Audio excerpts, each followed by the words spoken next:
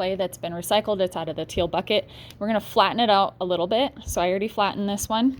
And then you wanna make sure that it's wider than the template. The templates are on the front table because when we roll it out with the slab roller, it's just gonna roll it this way and it'll be a really long oval if we did not have it as wide as the tile. So I'm gonna bring it over to the slab roller. We have 2 slab rollers in here. We have this one right here by the door, and then we have another one over on this side. So you can use either one of those. And when you come over to the slab roller, you wanna make sure it's set at 3/8. Okay, so I'm gonna look at the measurement over here. Now there's knobs on here and kids are always playing with those. So you wanna make sure that it's actually set at 3/8. If it's not, you just turn the knob one way or the other to set it to 3/8. This one's already set, and so is this one, so we're ready to go. Now when you're placing your clay, there are 2 layers of canvas. We want the bottom one here, we want our clay to go on top of that. So when I place my clay in here, I want to hit the edge of my clay a little bit so it makes more of a pointed edge so it feeds into this slab roller a lot easier.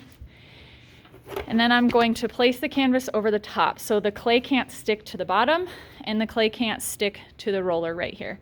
Now this next part, I have to use both of my hands. Let's see if this will work.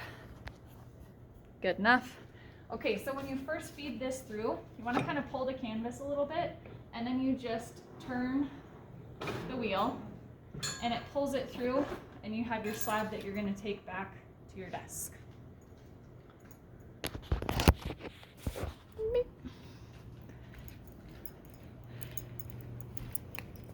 All right, now everything else can be done at the desk.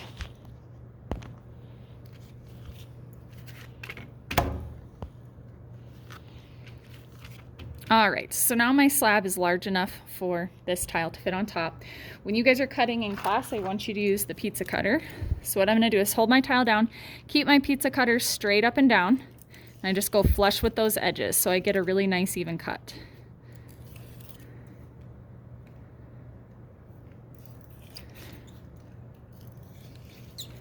Now, anytime we leave clay out, it dries out, so I would put this back in your bag so that way you can use this clay for later. And then there's a couple different ways that you can get the canvas texture off of the clay. You're gonna see that when you roll that through. I like to use the flat metal scraper, and it's really simple. I'm just going to scrape the top of this lightly, and that's gonna get rid of a lot of that canvas texture because we're gonna be applying our own. So I do this first, and then I take my sponge, I wring it out so it's not dripping wet, and then I smooth out the top surface with water. I'm gonna pick it up, and I'm gonna smooth out each edge as well. It's a lot easier to do this step now rather than waiting until your textures are all on there.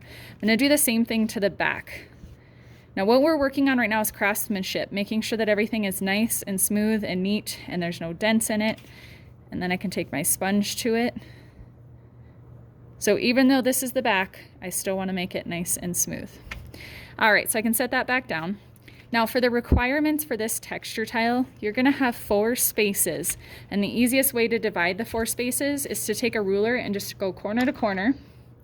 And then when you're using a ruler with your needle tool, don't have your needle tool straight up and down. It's gonna make little clay crusties on it. You wanna just drag it so there's less resistance. And I just drag it so it makes a line without having little pieces of clay pop up. So I'm gonna divide it into 4 sections, okay? Now the requirements for this are to have 4 different textures, and they're all gonna show patterns. So to create a pattern, I just repeat an element, an object, whatever you're gonna end up repeating. So using the tools that are in my bucket, I'm looking at this one right here, I can create a texture by repeating this tool impression mark, and I can create a scale pattern with that. Now to me this looks kind of boring because it still leaves a lot of space open in between the marks.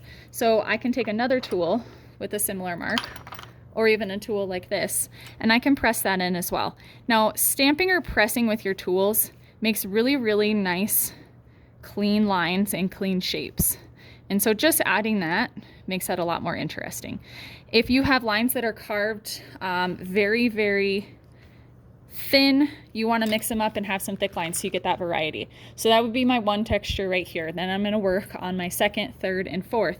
And I can do that all with tools that I can find in here, or I can use tools throughout the room as long as you guys are being safe when you guys are using them. You can also use these ribbon tools to carve if you want to carve out sections, or even say if I push this down and I spin, I can pull clay out of there. Now here's another part of craftsmanship. If I am going to be pulling clay out and I have little chunks of clay stuck to it, like that right there, you're going to get points off if you have unintentional pieces of clay stuck to it. So you want to make sure that those are all cleaned up and nice and smooth.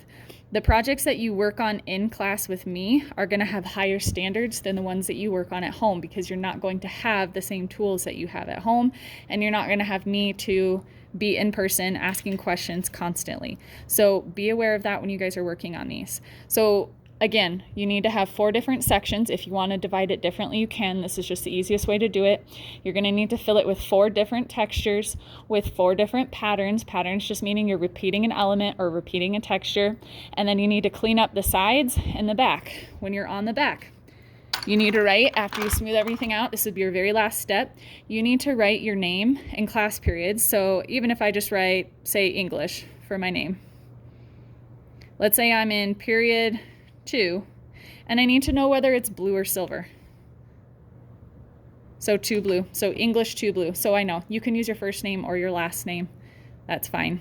And then if you don't finish it in the time that you're working on it, you do want to bag it up. Anything that's not bagged up is going to end up drying out.